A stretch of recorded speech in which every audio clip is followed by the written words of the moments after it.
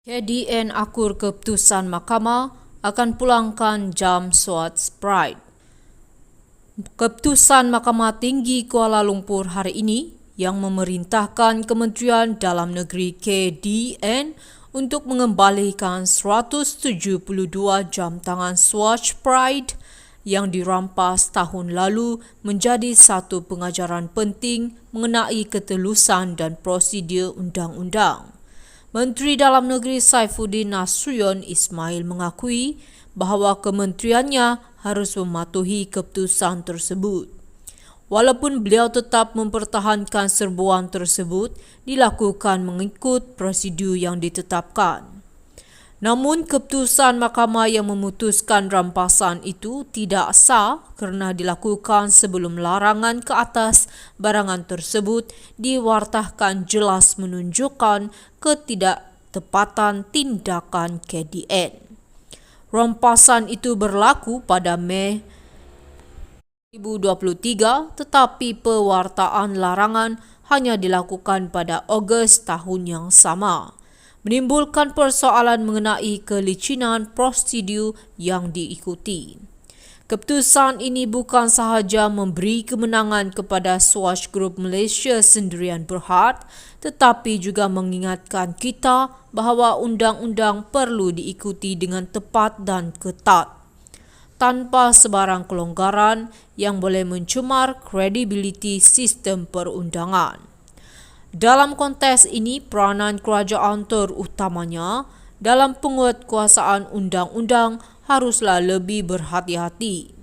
Ketelusan dan keadilan mesti diutamakan dan sebarang tindakan yang tidak selari dengan proses yang sah harus segera dibaiki.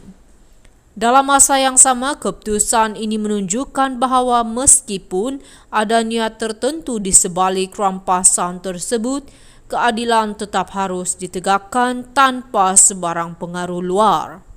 KDN akur keputusan mahkamah akan pulangkan jam SWAT Pride.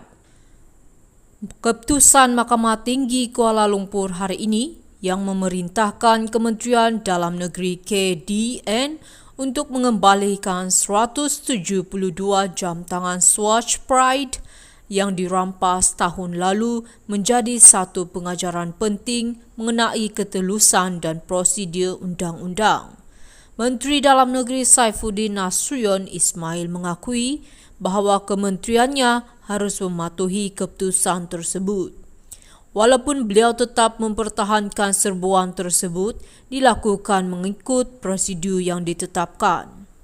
Namun keputusan mahkamah yang memutuskan rampasan itu tidak sah kerana dilakukan sebelum larangan ke atas barangan tersebut diwartahkan jelas menunjukkan ketidaktepatan tindakan KDN. Rampasan itu berlaku pada Mei 2023 tetapi pewartaan larangan hanya dilakukan pada Ogos tahun yang sama, menimbulkan persoalan mengenai kelicinan prosedur yang diikuti.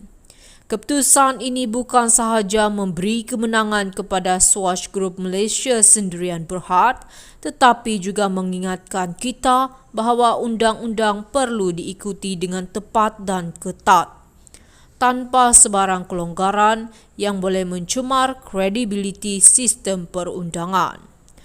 Dalam konteks ini, peranan kerajaan terutamanya dalam penguatkuasaan undang-undang haruslah lebih berhati-hati.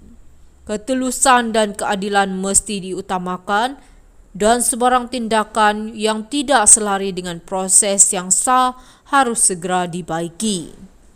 Dalam masa yang sama, keputusan ini menunjukkan bahawa meskipun ada niat tertentu di sebalik rampasan tersebut, keadilan tetap harus ditegakkan tanpa sebarang pengaruh luar. KDN akur keputusan mahkamah akan pulangkan jam SWAT Pride. Keputusan Mahkamah Tinggi Kuala Lumpur hari ini yang memerintahkan Kementerian Dalam Negeri KDN untuk mengembalikan 172 jam tangan Swatch Pride yang dirampas tahun lalu menjadi satu pengajaran penting mengenai ketelusan dan prosedur undang-undang. Menteri Dalam Negeri Saifuddin Nasution Ismail mengakui bahawa kementeriannya harus mematuhi keputusan tersebut. Walaupun beliau tetap mempertahankan serbuan tersebut dilakukan mengikut prosedur yang ditetapkan.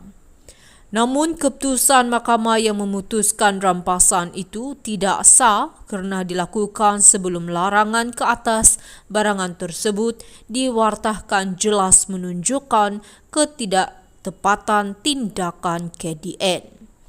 Rampasan itu berlaku pada Mei 2023, tetapi pewartaan larangan hanya dilakukan pada Ogos tahun yang sama, menimbulkan persoalan mengenai kelicinan prosedur yang diikuti. Keputusan ini bukan sahaja memberi kemenangan kepada Swatch Group Malaysia Sendirian Berhad,